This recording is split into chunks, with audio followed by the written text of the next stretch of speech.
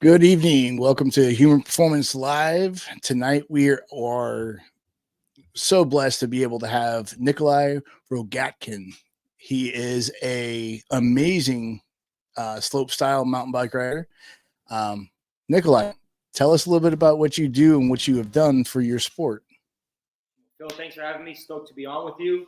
Stoked to finally get on here and jam it up. And yeah, I'm a professional mountain bike slope style rider. I started at a super young age riding BMX, moved into slope style after graduating high school around 16 or 17.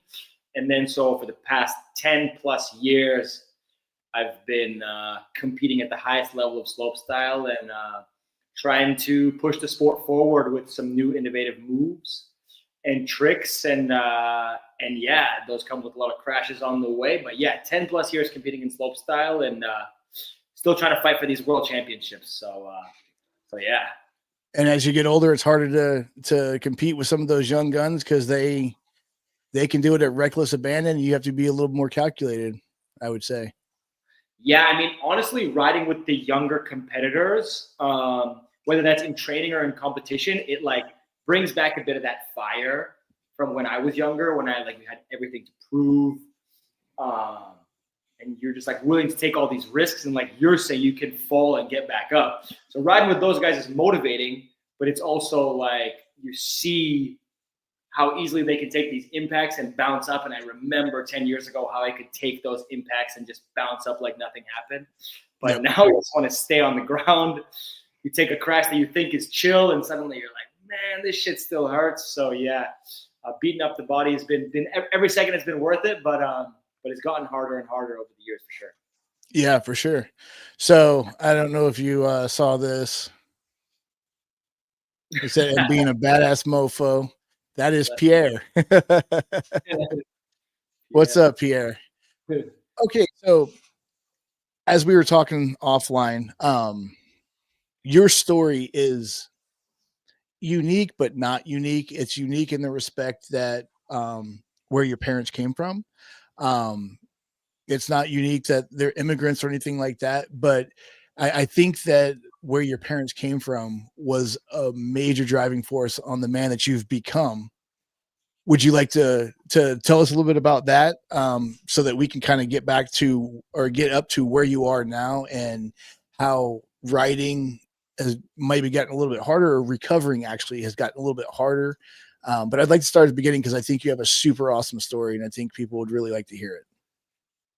Yeah, the story is a long one, so I guess let's try to shorten it. But you're spot on that my parents are beasts. Honestly, they came from Russia. They kind of realized that in Russia there was not much opportunity, and that whole country was not in the best place. So instead of just accepting that life, they got out of there. I'm pretty sure both my mom and my dad, I mean, it's fine to say this now, I'm pretty sure they both left the country on illegal marriages just to get out of there. And then they ended up eventually, after their whole story, they ended up in the US, in Boston, making a good life for themselves and just making a life out of where they had no opportunity. So the fact that they were able to do that is so insane. And also it made them both, especially my father, it was like impossible for them to accept any excuses that I had as a young kid, because what they went through was so insane and so difficult. And so That was Soviet bloc era, right? Yeah. 35 years ago, if I'm not mistaken. Yeah. Around there. So it was tough. It was really tough. It was during like the perestroika times when like the country was really not in the best place. Right. So yeah, it was insane that they got out of there and they made this life in the US where they're both successful people. And my father especially, he was always about that no excuse mentality and that Russian mentality. And he was actually a biathlon athlete, like almost Olympic bound biathlon. Wow. Biathlon is like cross country, and then you lay down, you shoot the targets. If you miss, you got to go more. It's an absolutely grueling sport. Wow. So in terms of his mentoring and coaching and parenting, it was that no excuse mentality. So for me, for riding, it was like, oh, you're scared to do this trick? So what? Go do it. You're tired from a long day of riding? So what? You got to be stronger. Oh, you don't like this jump or this course? Well, guess what? Everyone has to ride that course. So deal with it. Figure it out. And it kind of built this no excuse mentality in my brain, which made me push forward. I was like, oh, this trick is impossible. I'm going to put the time in to make it happen. Or this crash, I feel like I can't get up from. I'm going to get up and keep going. So I feel like that mentality, especially from my father, really resonated with me all throughout my childhood, all throughout progressing through bike riding. And yeah, pretty much in every situation, that like kind of mentality that he instilled in me was there, which allowed me to really push forward in some difficult situations. Well, I've seen your crashes, and the one thing that is very indicative if you watch you ride is when you hit the ground, no matter how hard you hit the ground, you jump right back up. You know it hurts. Like when you broke your arm, you knew you broke your arm, but you jumped right back up and got off the course. And, you know, so I think that that's very indicative in everything that you do because your dad drove you so hard. And I wouldn't even say that's not even a bad thing. That's a really good thing because can you imagine if your dad would have been soft on you? Do you think you'd be where you are right now? Do you think that you would have put the time in that you have put in? No, not at all. And my dad also always tells me, he said that there was like a realization that happened for him that he kind of found out that it was effective to kind of piss me off a little bit in the coaching so that I would then prove him wrong. He like noticed that, oh, I'm going to piss this kid off and tell him he can't do it or tell him, oh, you're too scared, you're too tired. It kind of like instill some anger in me. Yep. And then I would attack on the bike, riding well, prove him wrong. And then he's like, you know what? Like you were complaining before, and then you went and proved me wrong. That's effective mentality. Yeah. Ironically enough, my dad does the same shit. It's actually horrible. Like it's crazy, but I mean, if it's effective, then it's effective. And then going back to the crashes, because I've been talking about my dad the whole time, but my mom was always so scared of the crashing element. Yep. So I think another reason why I was always popping up from the crashes from a young age was I was like wanting my mom to not think I'm hurt. You know, if I pop back up and I'm good, my mom was like gonna think I'm good. And also like it's really easy to stay down. You know, like it's really the easiest thing to do is just like. So I feel like for me, getting back up, if possible, was a thing that I wanted to instill to always, you know, no matter how hard you slam, no matter how bad it is, if it's physically possible to get back up, kind of do that. So yeah, it's a crazy mentality. But do you know what this statement is? Das Vidana? Oh, Das Vidania. It just I wrote it in like a Spanish style way, but Das Vidania is like just goodbye in Russian. Oh, okay. Good night. Okay, so we took care of your parents, and your upbringing was what really kind of drove you into what you do. Because it wouldn't have mattered what you did. Your dad would have been the same way in all of it, right? He would have wanted you to push hard. Your mom would have wanted you to push hard in everything, and they would have accepted no excuses in anything you did, whether it was, you know, a garbage man or doing what you're doing. I mean, yeah, I'd like to think so, but I think that element of seeing the talent drove my dad to go even further, you know? Because if he saw me riding a bike and he was like, this kid like has nothing, like if I push him, there's nothing. But I think it seems like he saw this talent, he saw this skill, he saw this drive, you know, and he was like, you know what? Like if I keep pushing this kid and I keep like parenting him and supporting him and giving him every opportunity that's possible, then he can really go to the top. So man, that's so appreciative that he was able to see that vision in such a unique sport. Like I said, coming from biathlon, such a Olympic Russian sport. We're moving to the States. We move in Boston, where it's all about football, baseball, ice hockey. For him to see this talent in an unconventional sport, and see that vision of going far, I respect it a lot. So as hard as that pushing and that parenting was, looking back on everything, it's a very respectable vision and effective strategies, man. That's amazing. I mean, that's amazing that you had parents that saw it at a young age, and then they fostered it at a young age, and then they did everything they could to ensure that you can continue doing it, as long as you've done it. So tell us a little bit about your accolades, because I don't want to say it incorrectly, but you're the first person to ever win the CrankWorx Triple Crown, correct? Yeah. And then you're the only person to ever do it twice. No, so that's not true. So I won the world championship, mountain bike world championship, slopestyle world championship in 2016. And then in 2018, I was a Triple Crown champion. Triple Crown is basically the highest accolade you can reach in slopestyle. We have 3 massive competitions over the course of the season that decide the world champion. And if you win all 3 of them, then you become the Triple Crown champion. Okay. So it's like it comes from horse racing, the Triple Crown name. Right. Such a difficult thing to even win one of those events. So to win 3 of them is pretty insanely difficult. So I was the first one to do it back in the day. And if we're talking accolades, I think still, if it's accurate, I think I still have the most victories in mountain bike slopestyle career-wise total. I have 30 victories. Wow. So, I think that's more than any other athlete that's rode slopestyle. So I don't know. There's some heavy hitters like David Godzik and Emil that might reach that number, but hanging on to that one for now. So I mean, accolades aside, the biking and slopestyle just has given me such an insane life of being around people that I want and always having to strive for something bigger, which is an incredibly motivating factor, as I'm sure you know. Right. Yeah. So what you and I met through Pierre, obviously.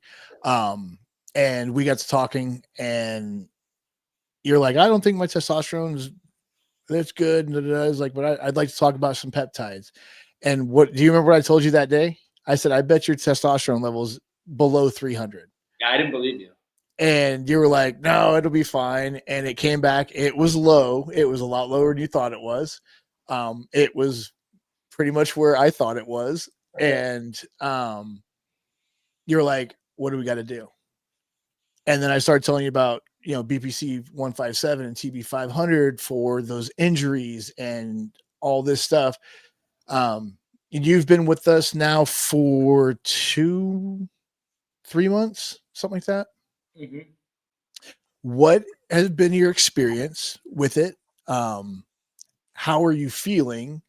And what would you recommend moving forward if you had to change anything? Yeah, I mean, honestly, it's been a very educational experience, a big learning experience, and very eye-opening in so many ways, because like you're saying, when you were talking to me, I was like, didn't you tell me my testosterone is down? What are you talking about? Like everything that I do makes me feel like it's up, but then you obviously know how much adrenaline gets pumped out and what contributes to that. So then when those tests came in and everything, then I was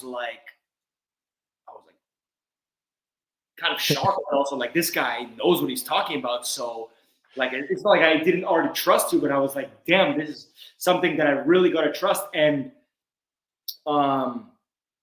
like we were saying earlier about being young and being able to hit the ground and get up and act like nothing happened, like those injuries and those hits kind of stay around in the body, and especially ones that resulted in more injury, like you're saying, the broken arm, errors in my knee, things like that. Those things I would probably not even feel them, or they would just heal over a few weeks.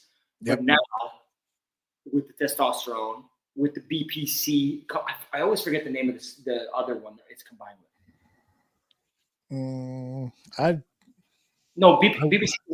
BPC and what? TB 500. Yes, exactly. Okay, those two. Yes, those. Like it feels like it's just repairing those nagging things that have just annoyed me every session, and just getting them back to a powerful level. Because I need every part of the body to kind of be firing at 100% with the tricks that we're doing nowadays. But overall, like I said, the biggest thing is the education and the eye-opening experience. Like, I also want to bring up the conversation we had about Adolf Silva, because I was telling you, man, it's way too recent from the injury. The injury is only a couple weeks ago. Like, I don't know. And then you were telling me, like, no, that's wrong. Yeah. You told me everything about that. So, like, it's very educating, and it's just trying to keep learning about how this stuff is going to benefit me and how this stuff is going to propel me forward, because it's clearly pretty effective. Yeah, so you have like you're on BPC 157, which is basically body protective compound is what it stands for. It's a 15 amino acid chain. It's one amino acid with 15 chains or amino acids on it. It is as close to the fountain of youth as you're going to get, especially when it comes to repairing.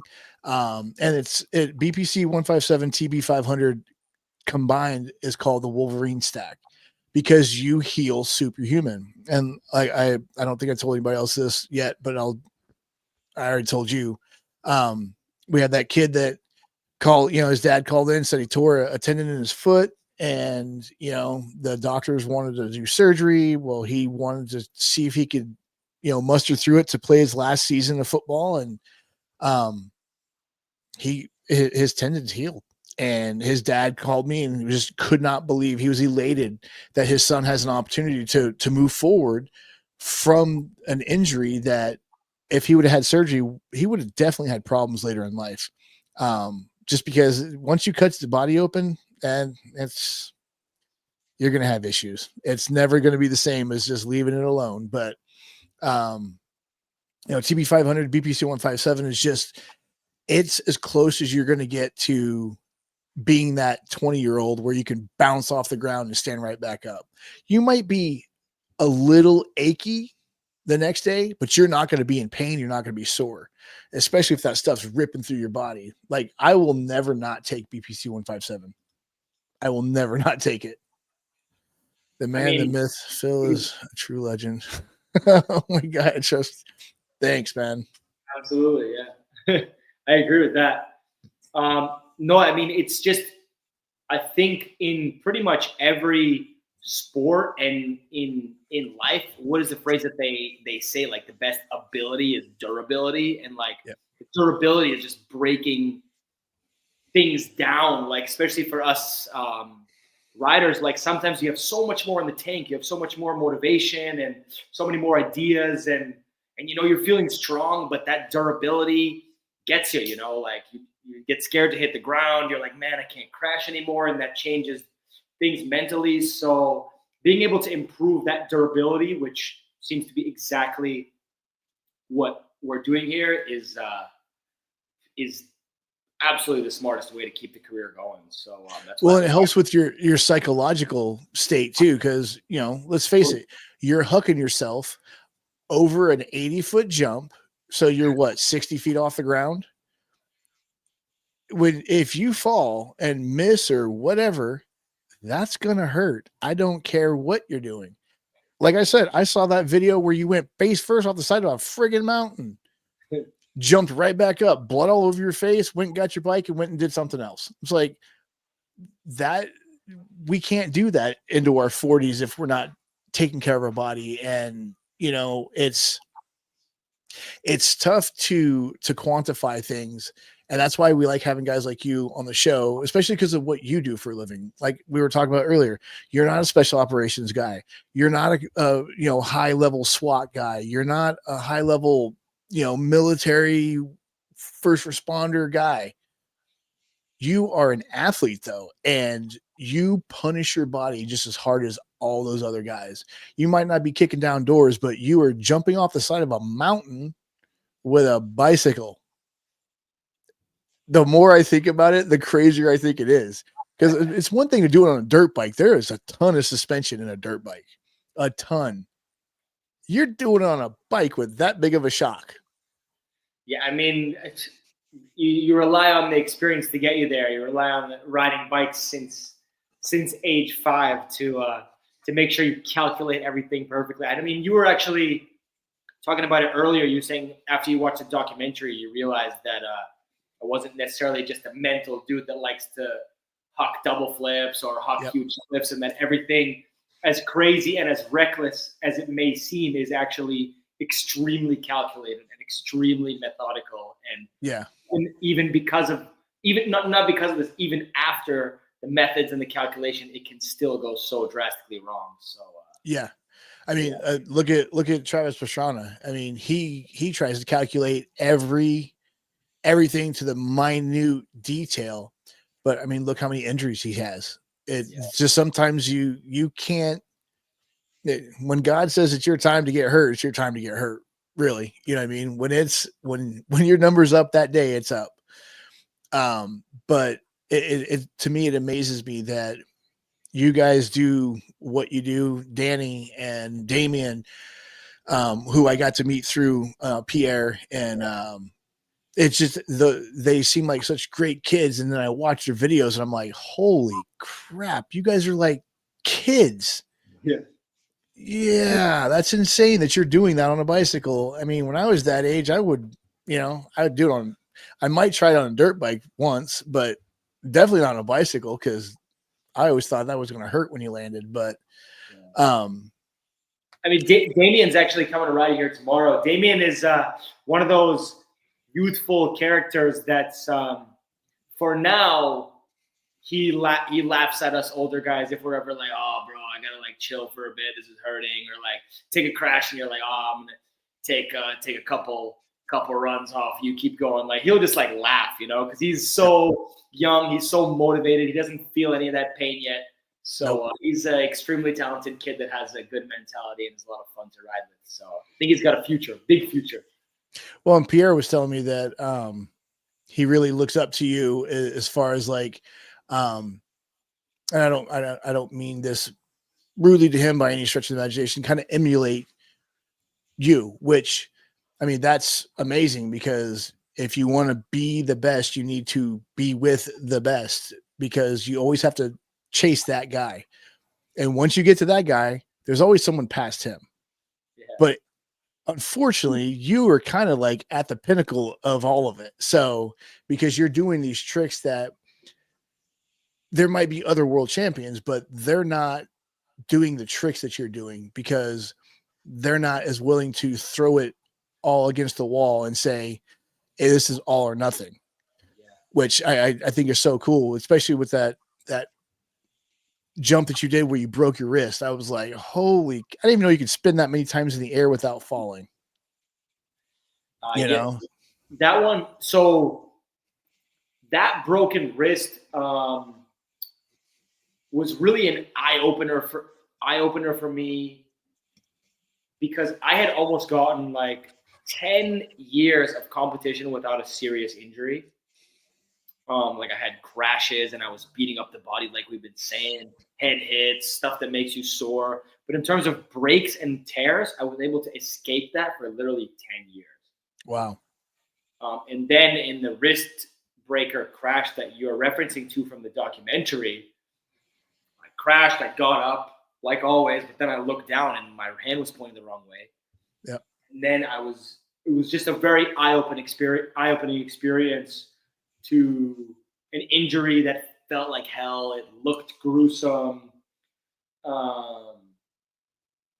And yeah, I also hadn't had to like recover seriously from an injury. It was like just a bit of stretching and just a bit of rest, and I was good to go. But this was like full recovery where the ligaments were messed up and had to do a lot of PT and kind of sit there pathetically with the wrist, and just felt so lame. But just I guess that's what happens as we beat the body up more and more, and you kind of have to be more humble about that and accept that things take more time, and that things like what we're doing are also necessary because honestly, I'm glad that you got me on this, and I'm glad you convinced me to do these tests and get on this stuff, because for us athletes, like especially for an athlete like me, I was kind of had that mentality of like, no, I'm fine. I don't need any help. I'm fine. If I feel like shit, like I just gotta man up and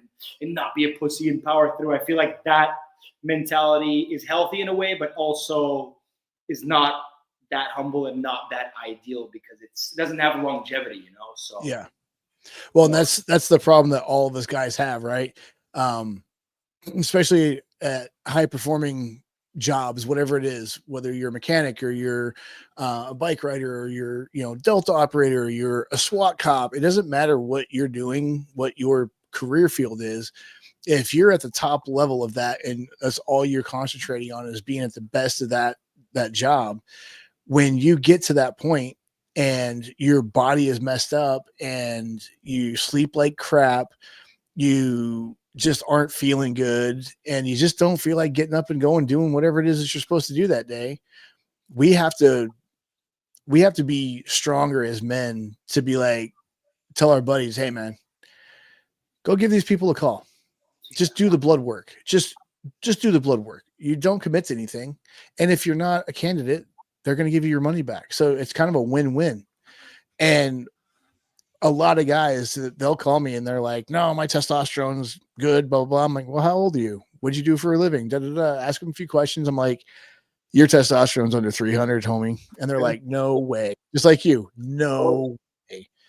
And when they get it back, they are 100% surprised that, their vitamin D was low, their vitamin B was low, like everything that they were doing in their life that was pushing their adrenaline through the roof. They didn't realize that was destroying everything else in their body, because, like base jumpers, I would love to get my hands on a base jumper and do their blood work, because their blood work should be insane. For sure. That's actually a great thing to think about, because if you think about adrenaline, the normal human doesn't experience adrenaline that often, even if it's like an amusement park, like that's like adrenaline. But right. When it's a real life scenario where you are about to do something and there's thoughts in your mind that might be the last thing you do, that spikes a different level of adrenaline that not that many people get to experience. So, they said Phil called numbers on you at 42. In the 300s at 42 is better than me, honestly. Well, that's funny, because I told him this. I was like, your numbers are 300 or lower. And he was like, no way. But and you're right. We have to do these things for each other. I think that the more that we can educate each other and encourage each other, because eventually somebody's going to be like, Nicholai, how are you able to ride this well, get 8 hours of sleep and get up and go do it again at almost 30 years old? Well, let me tell you about somebody I met. You know what I mean? And we owe it all to Pierre, because he is the one that hooked us up. And he'd been talking about you for a while. We just had some things going on that I just wasn't able to be able to connect. And then you were, it was during the season, so we were kind of missing each other. But I think that if it weren't for Pierre, you'd be going on for quite a while, not knowing that there is a way to feel better and to recover faster. Yeah, I mean, the fact that Pierre connected us is unbelievable. Absolutely homie move. But also, this came at a really good time for me, because I've been a guy that's been able to push through a lot of injuries, but with the crashes that I was having over the course of this season and the desire that I had to still push forward and still not just rest and still try to go, it was like not slowly, but it was really making me realize that the youthfulness is not there, and there's for sure, some assistance needed to get everything out of the tank that I desire. So the connection from Pierre is huge, and the timing is also huge. So Yeah. Well, I believe that everything happens when it's supposed to happen for a reason. People are put in our lives for a reason. At the exact moment, we might not need them or think we need them, but generally we find out later that we did need them at that exact moment. So I try not to look a gift horse in the mouth when somebody's like, "Hey, call this guy." I'll call everybody.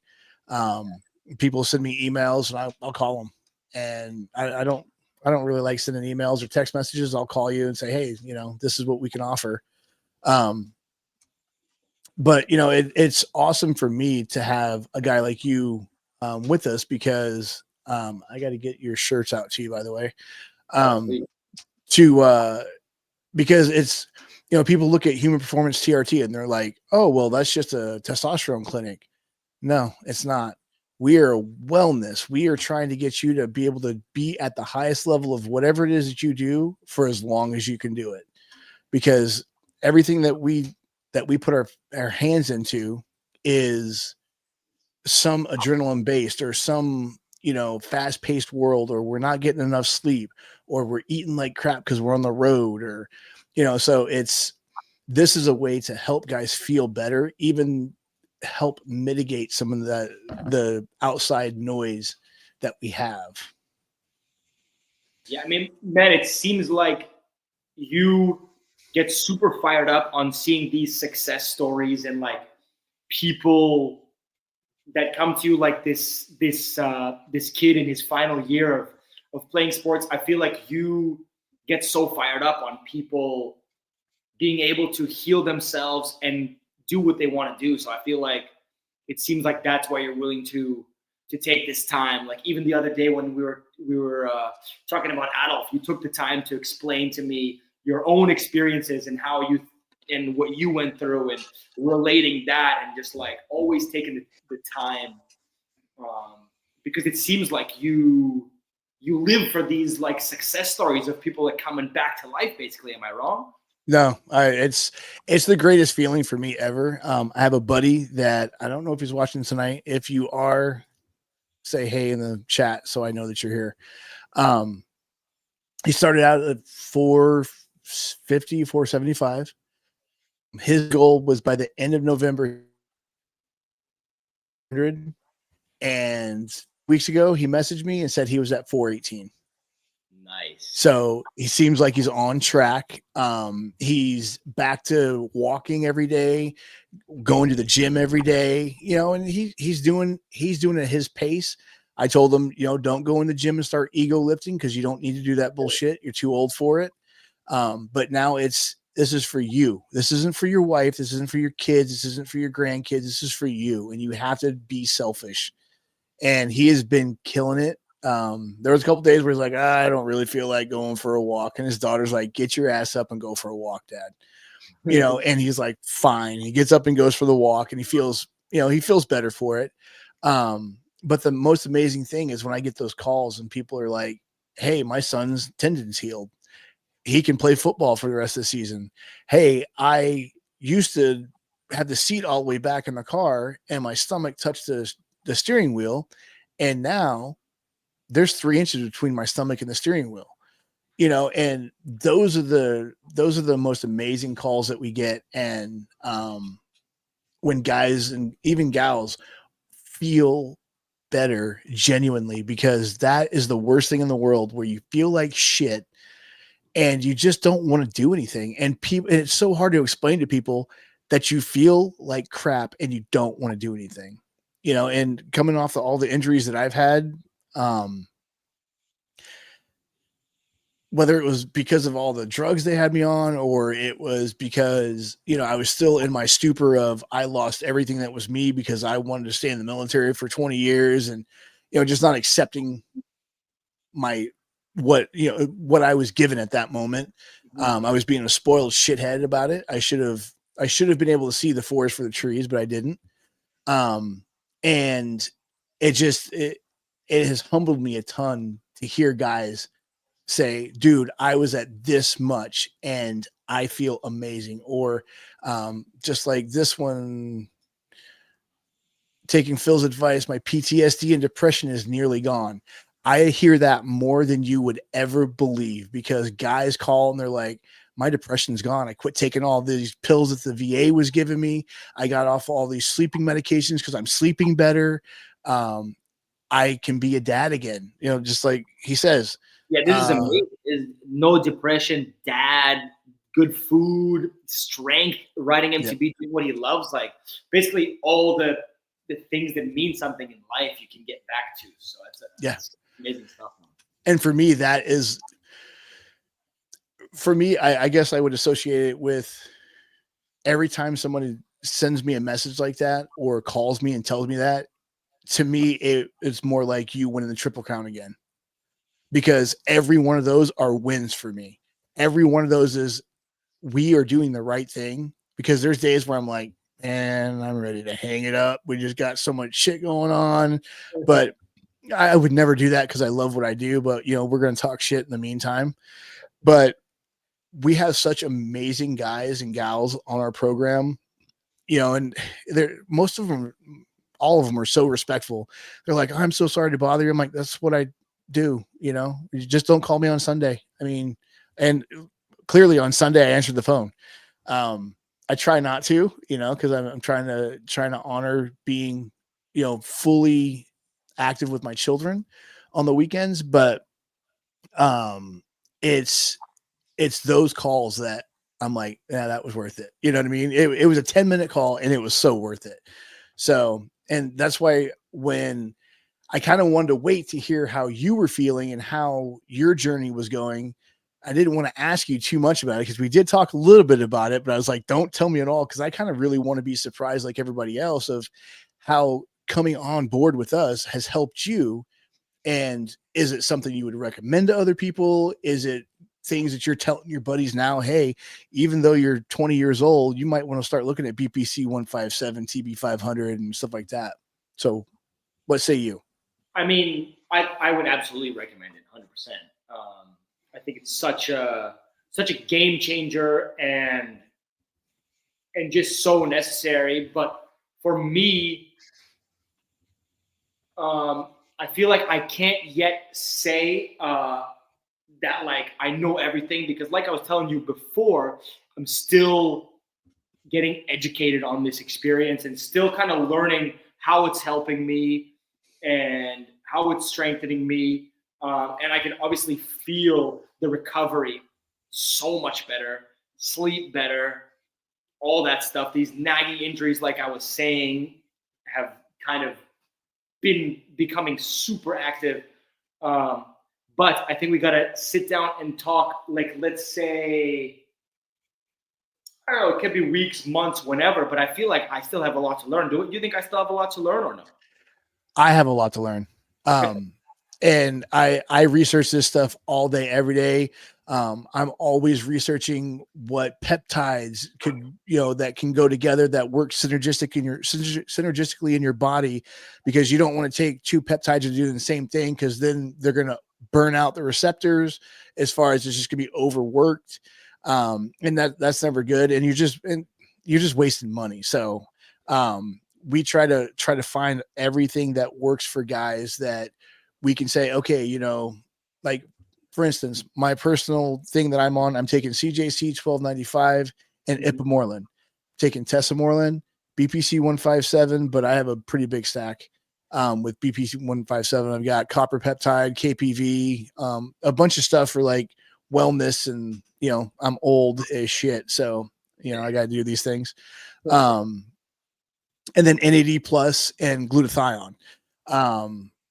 So everything that I take, like the glutathione, that helps get toxins out of my body. Well, we are covered in tattoos. If people don't know that, guess what is in tattoo ink? Heavy metals, microplastics, all kinds of crap. I'm not going to stop getting tattooed. Me neither. I just got one for my boy that got injured. He's like it's a Ride Loco one, because he's local. Nice. I just looked down at him. But no, this is just a little one. But I'm with you. Like, I don't think I'm gonna stop getting tattoos. No.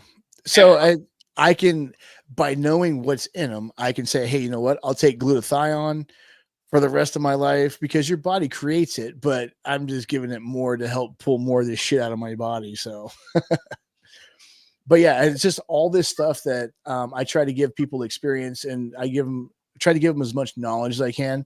And I let everybody know I'm not a medical doctor. I've been doing this for 16 years to myself.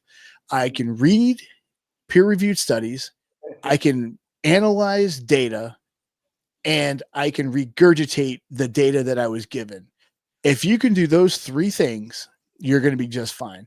Because we get a lot of pushback sometimes from, it's mainly doctors, I think, that don't necessarily like hormone therapies, and they'll say stuff like, oh, well, that causes prostate cancer in men, that causes heart attacks in men, except for the fact in 2024 April edition of the Harvard Journal, they released a study that was over a 5-year period, and it was a double-blind placebo study, and they 110% unequivocally proved that to be false.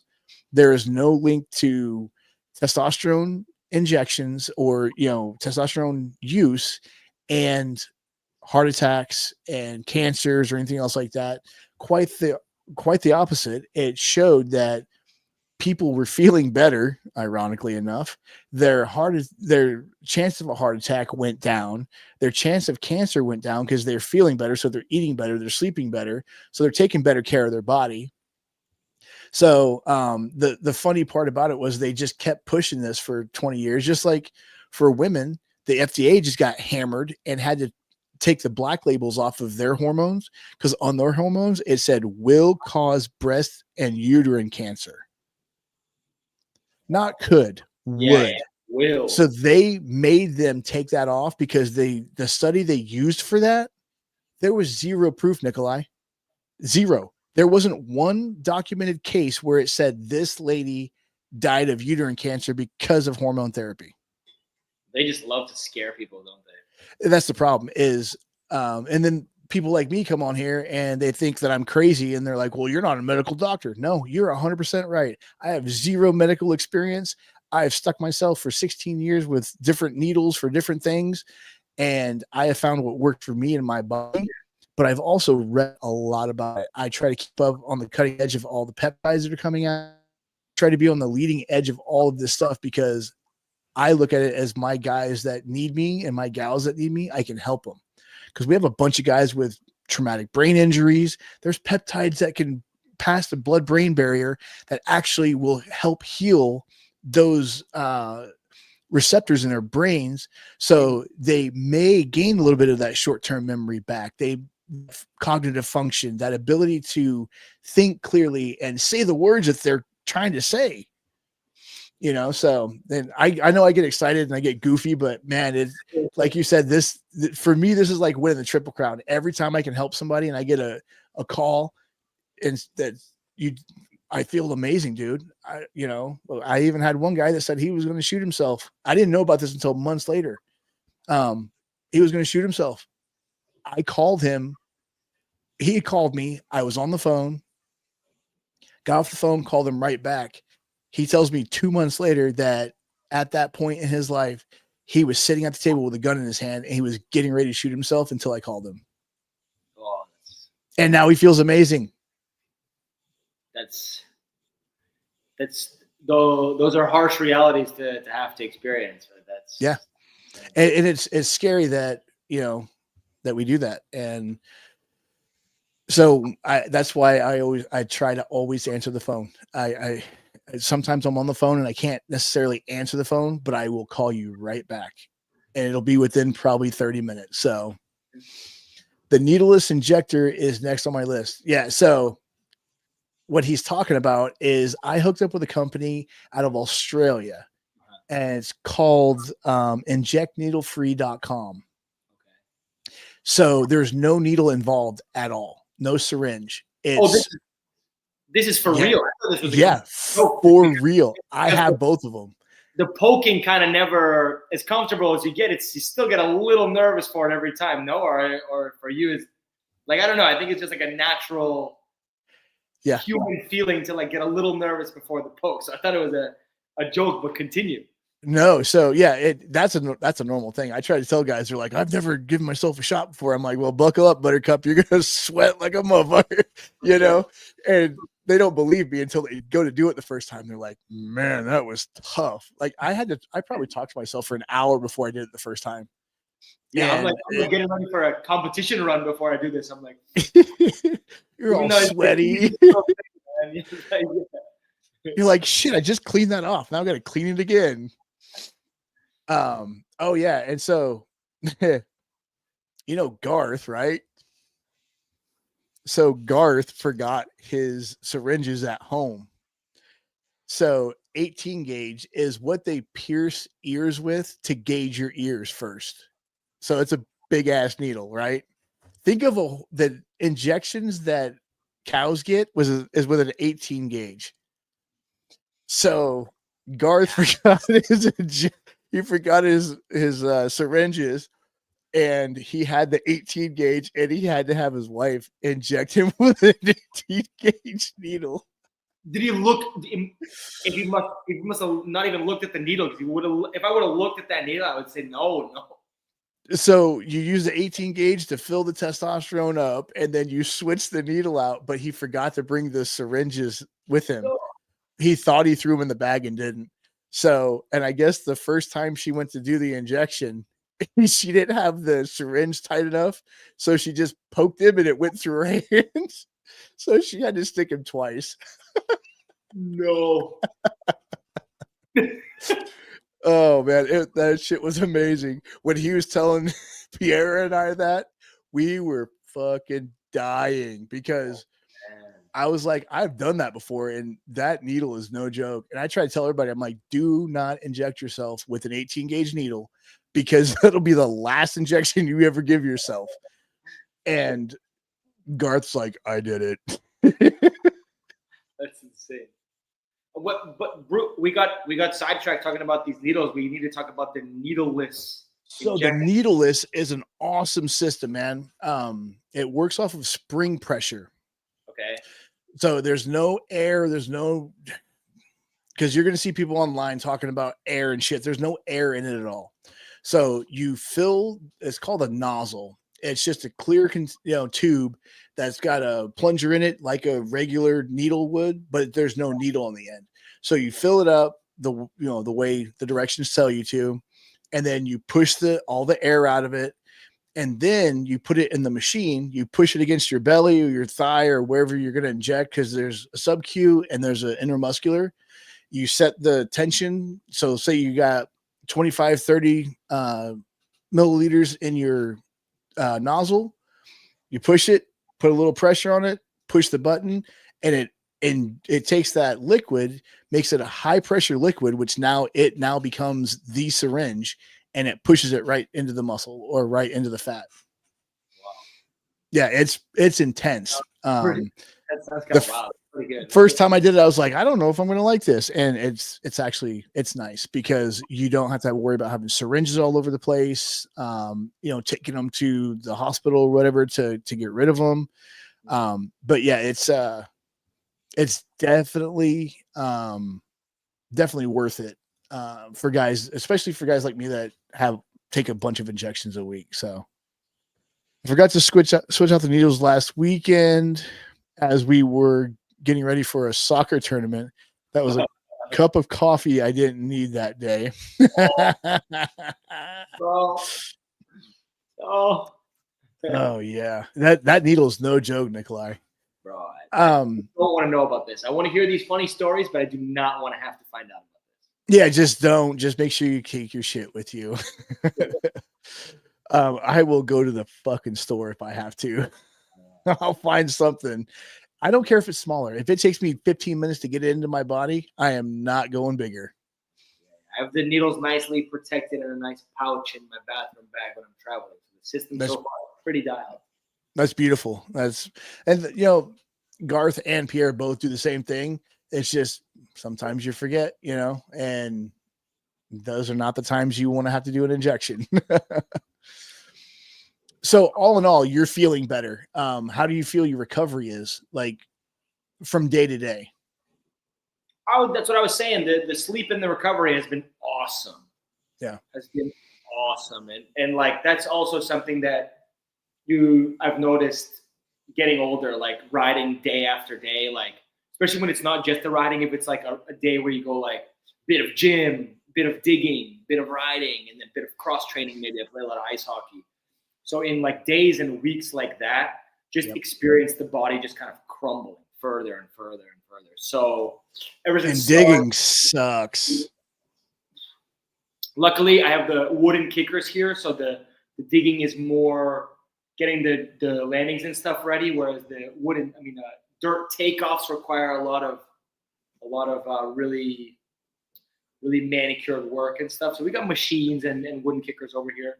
The digging is not the worst physical wise, but obviously when it's combined with all the other stuff that you do, it's tough. But what I was saying is, since starting, I feel like those recoveries and those heavy days, day after day, have been more and more possible. And I'm sure it'll only get better. Yeah, and so you've been with us 2 months, right? 2.5 months. And the crazy part is with like BPC 157, TB 500, you really start to see the benefits the longer you take it, because it builds up in your system and it really starts to help your longevity, because it's getting in there and healing those things that you didn't think. Say there's a micro tear in your knee, you didn't know about it because you haven't torn it all the way, but you may never tear it because it may heal it before you have the chance to fully tear it.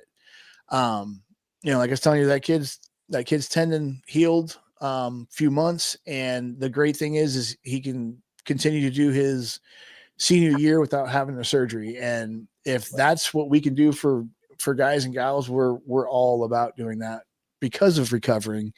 And the fact that I think when you and I first spoke, I asked how you slept, and you're like, "Oh, not great." How's your sleep now? That's what I was saying. Difference? The sleep, the like morning, the energy they have in the morning is just drastically different. Nice. Power in the morning.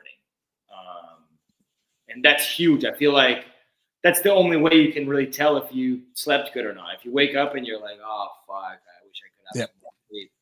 Versus you wake up and you're motivated to go out and do stuff. Like, it's a big, big difference.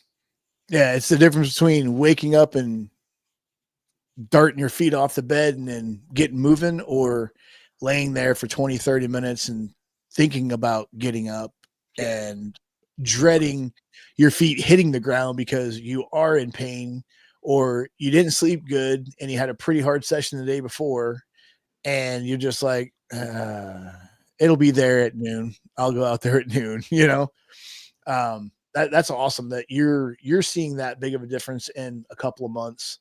And the testosterone obviously is helping you get those levels correct and getting your sleep schedule back on.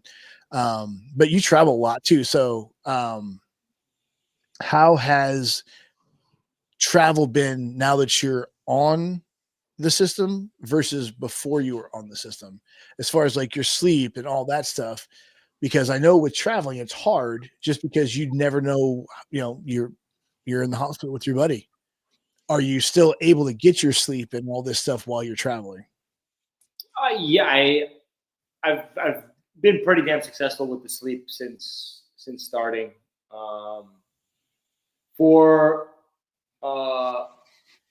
Since starting, I haven't had to do any like very pressurizing competitions yet, if I'm not mistaken. Right. So as I continue, this is why I'm saying it's going to be interesting to connect again with you in the future. Yeah. As I learn more, and as I'm kind of still doing this in very pressurizing competitions where the sleep is even more difficult to get and the body is getting even more hammered, I feel like that's when I'm going to see even more difference in the recoveries and in the mentality and in all that stuff. So it's hard for me to say without, because it's been good, it's been improved, no question, but there's more difficult times incoming when it comes to this next year when it comes to competition. So very, very interested to see how it affects. But I think I'm gonna be fired up on it. I'm very interested as well, because of the nature of your job.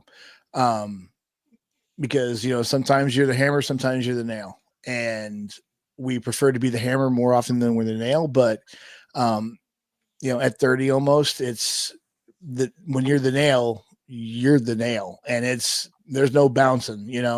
So I'm very curious to see how the progression.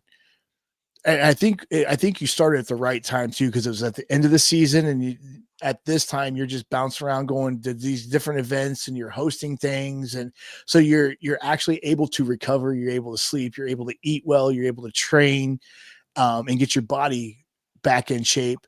So when you do start that cycle again, for you're already kind of going to be ahead of the power curve versus some of the other guys that are older, because they're not necessarily on the system, or they've been, the last day of practice before they started the season, they got hurt, or they crashed pretty hard. They didn't break anything, but they crashed pretty hard, and they're going to be sore for the next few weeks.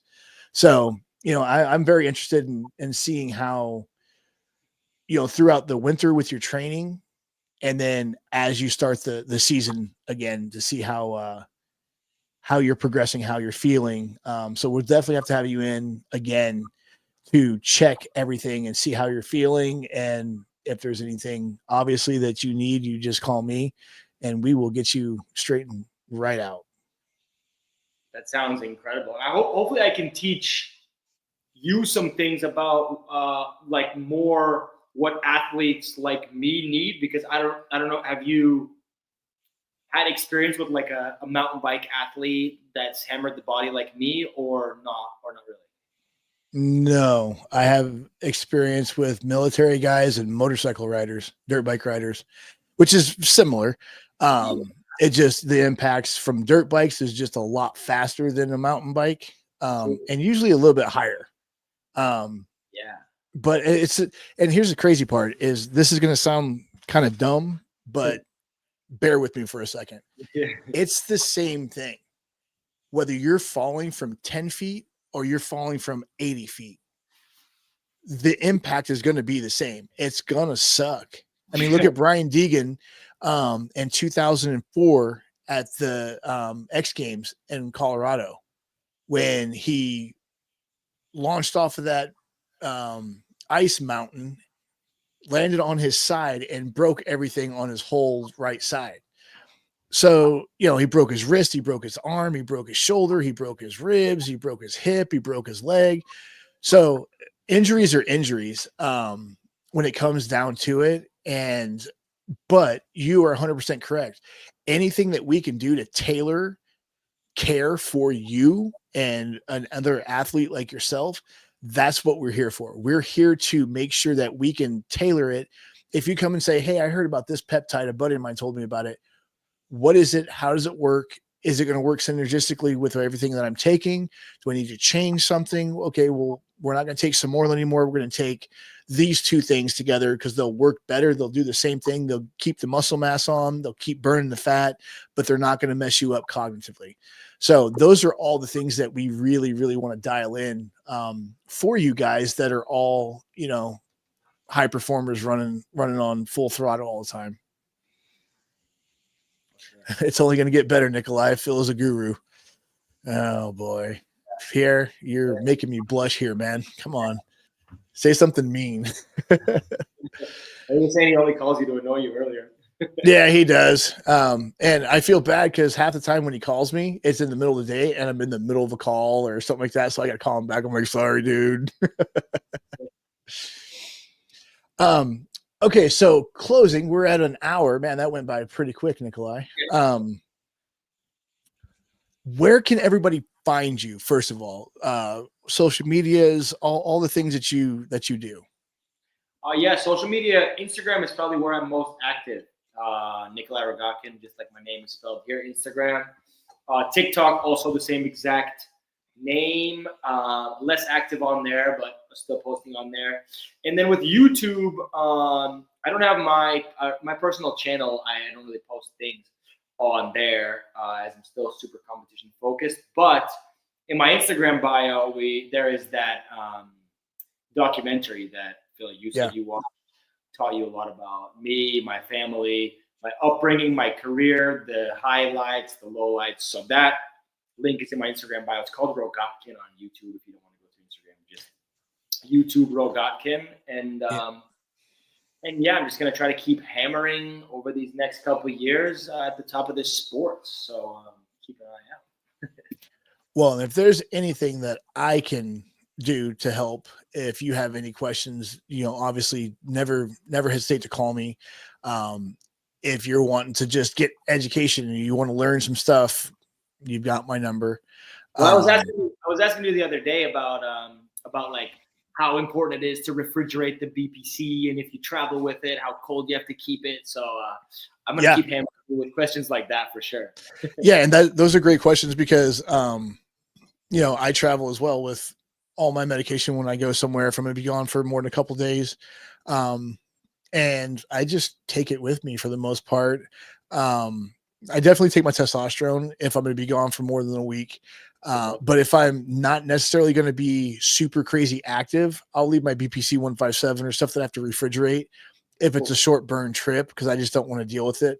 But if it's a week or longer, I'm definitely going to, I tell everybody, get a hold of TSA before you fly with it. When you get there, go to the check-in and say, hey, I've got this, this, and this. Do I need anything special? Most of the time it's a no, because it's medication and they're just going to want to make sure that you have the original bottles and, doctor's note and all that stuff on it. But it's just, you have to make sure that all this stuff, because you don't want to get jammed up at the airport and then throw it away. Because if they take it, they're throwing it away for sure. So, but yeah, I mean, it is what it is. They have, 3 ounces, and we don't send anything that's 3 ounces. So, who is this? Nicholai is so dope. Did you show the video of him falling off the 50-foot cliff at Rampage and was fine? Yeah, no, but we were talking about it. Yeah, that we were talking about that earlier. I told him that I could not believe how he jumped straight up and his face is just covered in blood. So, but yeah, and I recommend everybody, if you see this later, or if you're watching now, definitely check out his the documentary that was done. It was shot amazingly. You get to know more about Nicholai. You get to know more about his parents, which to me, they are like the pinnacle of parenthood, because they came from such the Soviet era bloc era stuff where it was very, very dark. I mean, go back and look at pictures from the 80s and the 70s and that era, and it looks like there's a cloud hanging over. And then they came here, they had this dude, and they said, no, you don't get to complain, you don't get to cry. You want this, you're gonna work for it. So for me, it is amazing to have such a talented athlete, but also to have gotten to know more about his family and see where he came from and what he's about. And then you'll see why this guy is so humble, because his dad won't let him be anything but. True that. So I want to thank you a ton, Nicholai, for trusting us with your care. Most people don't, when you come through the system, they don't know who you are. They don't know what you do. They don't care. What they care about is helping you feel better and be able to perform better. And ultimately, as men, we want to perform at the top level, whether it's being dads or being husbands or being, the cool guy that does all the cool missions, or the top pinnacle mountain bike rider or dirt bike rider, or whatever your profession. you want to be the best. Even if you hate the job, you want to be the best so that you can teach your kids how to be the best at something. So I commend your parents. I commend you for being such a, a strong-willed kid, and you kept pushing what you wanted. And then you listened to Pierre and came to us, and now we can help you continue doing this for hopefully another 10 or 12 years or longer. That would be insane. I mean, thank you for caring for me, bro. Means the Yeah. world. We absolutely love everybody that we help. I mean, sometimes it seems like I'm like, but I'm never that way, because we have people calling me and asking me what they think is a stupid question. Well, it's only stupid because you think it's stupid. It's not dumb, because if you don't know the answer, how do you expect anybody? How do you expect to trust somebody if you don't know the answer to something? So if we can answer those questions just to help people not be so stressed out about it, I'll answer the same question 500 times if I have to. I don't care. Well, so, yeah, man. Well, that will do it for the stream tonight. Thank you for everybody that came in and asked some questions and interacted with Nicholai. We'll have him back in a few months once he gets back into the season. When does the season start? We'll start in February, and then it will really get going towards the summer. But we'll start in February. But you and I will be in touch about everything. Yeah, for sure. So we'll have him back on the show sometime, and hopefully during the season, so we can see how his body's doing with the care that we're giving him. We may change up his peptides as the season gets closer to help him be able to recover better, be able to maintain body weight and, strength and all this stuff. So there's so many different things that we can do. We just got him started, and he's just at the beginning, and he's already feeling better, like he said. And we're here for you, man. Thank you so much. Thank you, guys. Have a good night.